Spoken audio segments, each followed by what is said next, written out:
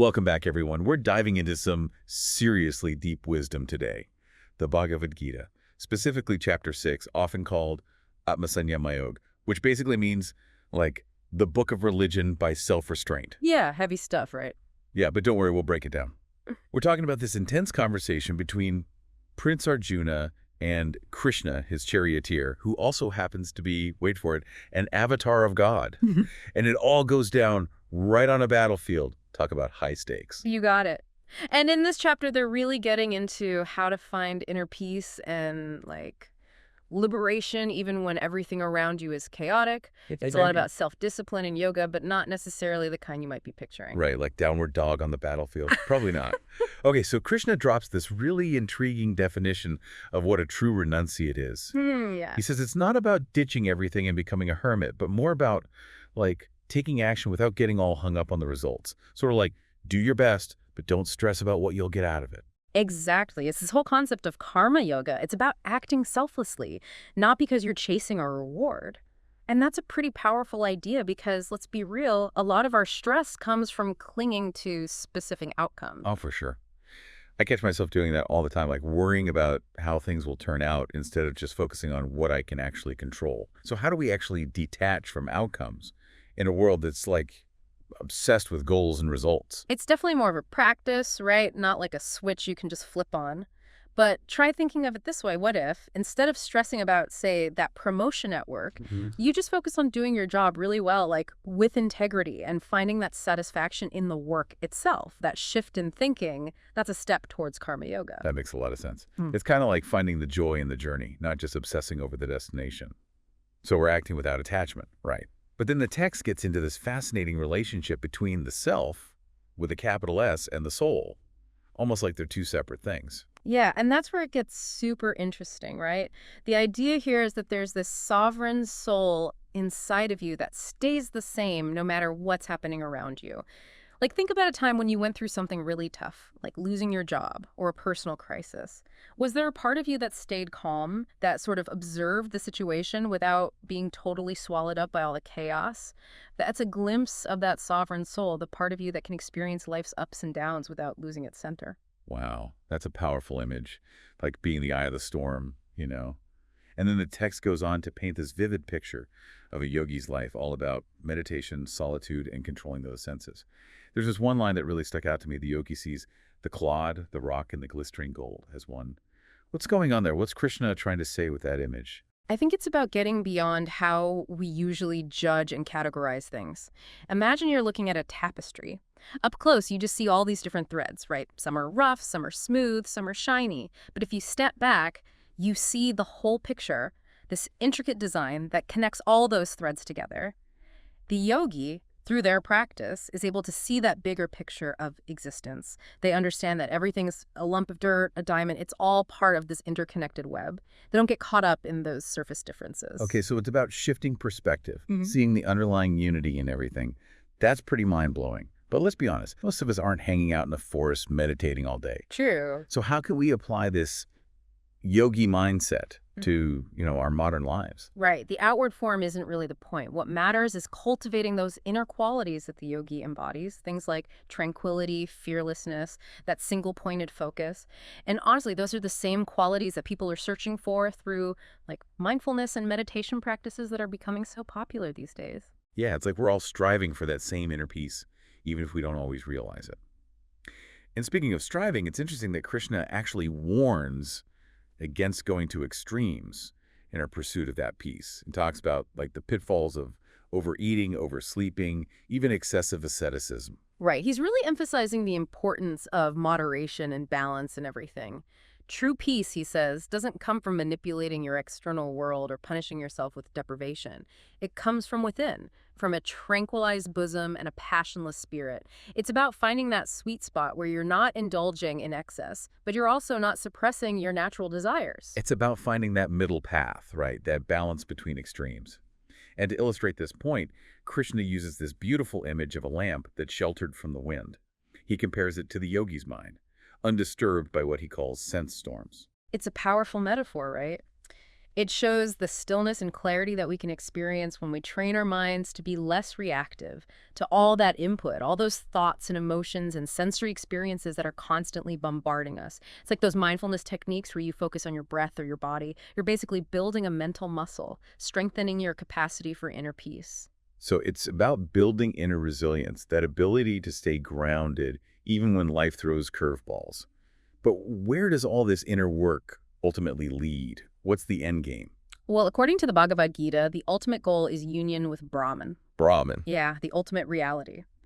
Imagine the yogi, having purified their mind and mastered their senses, they experience this profound oneness with the universe. They see the divine in all beings, recognizing the interconnectedness of all things. Wow, that's a radical shift in perspective. Seeing everyone, no matter what they do, as part of this divine unity. But honestly, it's kind of hard to wrap my head around that. How can we even begin to understand something that vast and profound? You're right, it's definitely a challenging concept to grasp intellectually, but maybe we can relate to those moments when we feel a sense of interconnectedness, like when you're deeply immersed in nature or you experience a really profound connection with another person. Those moments can give you a glimpse of that greater unity that Krishna is talking about. Yeah, those moments can be really powerful. And it's actually encouraging to know that even Arjuna, this great warrior, had his doubts and concerns about this path. He actually questions how we're supposed to control this unfixed, rash human heart, comparing it to trying to tame the wind. Oh, yeah. It's kind of refreshing to see that even someone like Arjuna struggled with these same challenges. Absolutely. He voices a concern that I think a lot of us share. How do we overcome those ingrained patterns of reactivity, those impulses that pull us in all these different directions? And Krishna doesn't sugarcoat it. He acknowledges how difficult it is, but reassures us that with practice and self-discipline, even the most restless mind can find peace. So it's a journey, not a destination. It's about showing up every day, committed to cultivating that inner peace, knowing that, we're going to stumble along the way. Exactly. And it's not about achieving some perfect state of unwavering focus. It's more about noticing when your mind wanders and gently bringing it back to the present moment. It's this ongoing process of refining your awareness and strengthening your capacity for inner stillness. This has been so insightful already. We've covered a lot of ground, but there's still so much more to unpack in chapter 6. So before we were talking about those moments when our minds wander, which, let's be honest, happens to all of us. Oh, yeah. And it's reassuring that even Arjuna was like, wait, how am I supposed to control this unfixed, rash human heart? And Krishna actually gave some pretty practical advice. Totally. It's almost like Krishna knew we'd all be sitting here thousands of years later thinking, okay, this sounds great in theory, but how do I actually do it? Right. Like easier said than done. Exactly. He really understood how much we struggle with this whole self-mastery thing. And it makes you wonder, what happens if we do get off track? Is all that effort just wasted? Like, what if we don't reach that perfect yogi state in this lifetime? Well, Krishna actually addresses that directly, and his answer is incredibly reassuring. He says, even if you fall short in your practice, those good intentions, those efforts, they don't just disappear. Oh, that's good to know. Yeah, it's like they create this positive momentum that carries forward even into future lifetimes, if you believe in that sort of thing. Okay, so it's like planting seeds that will eventually blossom, even if it takes more than one season. Yeah, exactly. And it takes the pressure off, right? You don't have to achieve some kind of instant enlightenment. Yeah, no pressure. It's more about continuing to cultivate that inner longing for peace and unity, knowing that each step you take is bringing you closer to that goal. I like that. So it's a journey, not a destination, So right? that's But Krishna also emphasizes that it's not just about passively waiting for enlightenment to strike.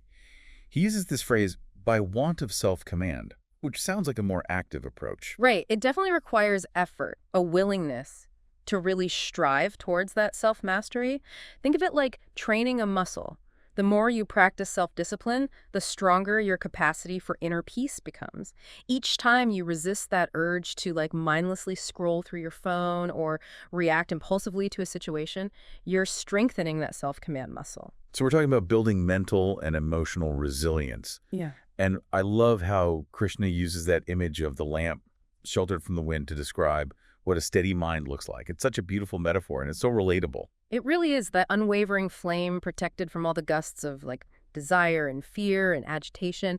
It represents the peace and clarity that comes from cultivating a still and focused mind. And it reminds me of those moments when you experience that sense of inner peace, maybe during meditation or when you're completely absorbed in something you love doing. Oh, I know exactly what you mean. It's like when you're working on a creative project and you're so engrossed in it that you totally lose track of time. There's this deep sense of contentment and flow that feels amazing. Yes. Those moments give you a taste of the profound inner peace that's available to us when we commit to this path. But the question is, how do we make that state more lasting? Like, how do we access that stillness and clarity when we're in the middle of, the busyness and chaos of everyday life? Right. It's one thing to have those fleeting moments of peace, but how do we cultivate that unshakable inner peace that Krishna describes? How do we bridge that gap? Yeah, that's the million-dollar question. Well, the Bhagavad Gita doesn't offer a magic formula, but it does give us some really valuable insights into the practices and principles that can lead us in that direction. We've already talked about self-discipline, but what are some other key takeaways that can help us, integrate those fleeting moments of peace into a more lasting sense of inner harmony? What else did Krishna emphasize? Well, one thing he talks about is this practice of brooding placid. It's about calming and steadying the mind through what he calls holy want. This refers to, spiritual practices, ethical conduct, and contemplation. It's about creating a lifestyle that actually nurtures inner peace instead of constantly bombarding ourselves with stimulation and distraction. Okay, so it's about being more mindful about how we spend our time and energy, what we expose ourselves to, how we engage with the world. It's like creating a supportive environment for our inner growth, just like we would for a delicate plant. That's a great analogy. Just like a plant needs the right balance of sunlight and water and nutrients to thrive, our inner peace needs the right conditions to flourish. It's about making choices that nourish our souls instead of depleting our energy. So what are some of those essential nutrients for cultivating inner peace? What practices or principles from this chapter can help us build that resilience and find calm in the middle of, all the storms of life? One practice that Krishna really emphasizes is self-reflection, or as he puts it, self-contemplating self. He describes the yogi finding comfort and the nameless joy beyond all scope of sense through this inward focus. It's like taking the time to really get to know ourselves, to explore our inner world and discover that peace that's already there inside us. Exactly, and this connects back to that idea of the sovereign soul we were talking about earlier. By turning our attention inward, we can tap into that source of peace and stability that's always available to us no matter what's happening externally. It's like finding an anchor in the middle of choppy waters. That's such a powerful image. Hmm. And it's so easy to get caught up in, looking for happiness in external things like achievements or possessions or relationships. But true lasting peace can only come from within. It's about shifting our focus from seeking outward to discovering inward. Exactly. And Krishna points out that when we do discover this inner peace, knowing we waver not, true to the farther truth. In other words, once you've tasted this inner joy, nothing else can compare. You become less attached to external validation or material things or fleeting pleasures because you've found something way more fulfilling inside yourself. Wow, it's like you've discovered this hidden treasure that you never knew you had. Yeah. And that newfound sense of inner security allows you to face all of life's challenges with so much more resilience. Like Krishna says, the yogi, anchored in this inner peace, cannot be stirred or shook by any gravest grief. It's not that the difficulties disappear, but you develop a different relationship with them. You learn to navigate them with more equanimity without being totally thrown off balance. It's like you develop this inner shock absorber that helps you bend without breaking, to weather the storms, without losing your sense of peace. And this inner strength, this ability to stay centered in the middle of chaos, it comes from that connection to the farther truth, that sense of unity with the divine that Krishna talks about, right? Precisely. When you recognize that you're part of something much bigger than yourself, connected to this source of infinite love and wisdom, it gives you a perspective that goes beyond your individual struggles. It's like realizing you're not alone on this journey. There's this infinite source of strength and support that's always available. Exactly. And that realization can be incredibly empowering. It allows you to face your challenges with more courage and compassion, knowing that you're never truly separated from that source of love and wisdom. So it's not just about finding personal peace. It's about recognizing that divine spark within all beings, expanding our capacity for love and service, and contributing to a more harmonious world. So we were just talking about that powerful feeling of connection, right, to something bigger than ourselves, and how that can help us, get through tough times. Yeah. But it makes you wonder, What are some things we can actually do to cultivate that connection, to like Yeah. experience those benefits in our everyday lives? Well, one of the things Krishna really emphasizes in chapter 6 is this idea of sense control. Hmm. Interesting. He talks about shutting the doorways of the senses closed with watchful ward, which sounds pretty intense. Yeah, a little bit. But think about it, right? How much our senses are constantly pulling us in different directions, always looking for gratification. Oh, for sure. Yeah. It's like our senses are these wild horses and we're trying to hold on to the reins. Exactly.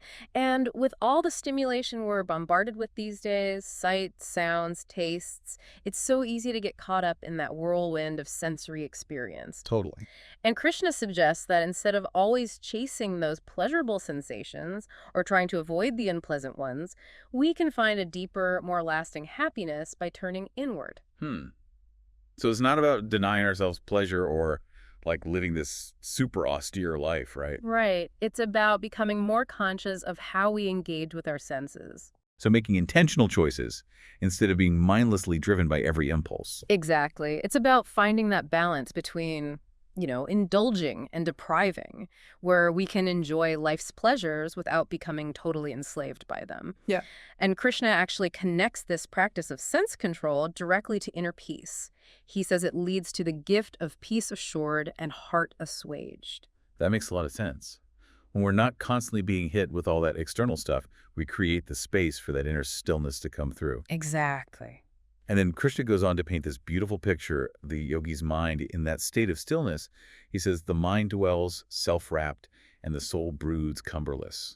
It just sounds so incredibly peaceful. It really does. It speaks to this state of complete absorption, this profound sense of unity where, like, the boundaries between the self and everything else just kind of dissolve. The mind, free from all that chatter, all those thoughts and desires, can just rest in its own pure being. It's kind of hard to imagine what that must feel like. Is there any way we can, like, relate to that kind of transcendent state? Yeah. Even if we haven't reached that level of mastery yet. Maybe we can think about those times when we experience a similar kind of absorption, like when you're so engrossed in a creative project that you totally lose track of time. Oh, yeah. Or when you're out in nature and you just feel this overwhelming sense of awe and wonder. I love that. In those moments, all your worries and anxieties just kind of fade away and you get a glimpse of that effortless being that Krishna is describing. Yeah, those moments can be so powerful. They remind us that this kind of peace and clarity is actually possible, even in the middle of our crazy busy lives. Exactly. But even with like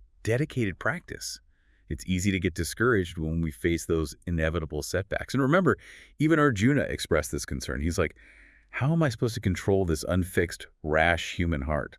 It's like trying to tame the wind. What did Krishna say to that? What advice did he offer for those moments of doubt? Well, Krishna acknowledged how difficult it is, but he reassured Arjuna and us that even the most restless mind can find peace. It just takes practice and self-discipline. He encourages us to recurb and rein our hearts back to the soul's governance. Okay, so it's about recognizing when we've kind of gone off course and gently guiding ourselves back to that center of peace, understanding that it's an ongoing process, not like a one-time achievement. Exactly, and it's not about being perfect, right? It's about being persistent. Even if you falter 1,000 times, you just pick yourself up and start again, knowing that each effort is bringing you closer to that state of inner harmony. I love that. And this journey, as Krishna reminds us, it's not just about personal liberation. It's about recognizing that divine spark within all beings. He describes it so beautifully, saying, he's so vowed, so blended, sees the life-soul resident in all things living and all living things in that life-soul contained. It's about moving beyond that illusion of separateness and embracing the interconnectedness of all life. Seeing the divine in everyone we encounter, no matter what they do or what their circumstances are. It's a radical shift in how we see the world, a way of looking through the lens of love and compassion. And ultimately, that's where true peace and fulfillment come from, right? Recognizing and embracing that unity with everything that is. It's not just about calming the storms inside ourselves. It's about extending that peace and understanding outward and contributing to a more harmonious world. Exactly. And Krishna offers this beautiful assurance to those who embrace this path, saying, whoso thus discerneth me and all in me, I never let him go, nor looseneth he hold upon me. But dwell he where he may, whate'er his life, in me he dwells and lives. It's like this powerful reminder that we're not alone on this journey. We're held and supported by something so much greater than ourselves.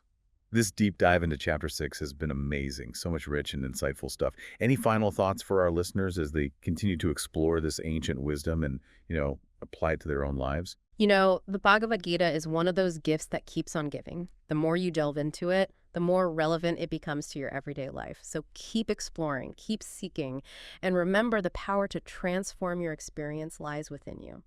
By cultivating the practices and principles we've talked about today, you can experience a deeper sense of peace, purpose, and connection in your life. Beautifully said. And on that note, thanks for joining us on this deep dive into the Bhagavad Gita. Until next time.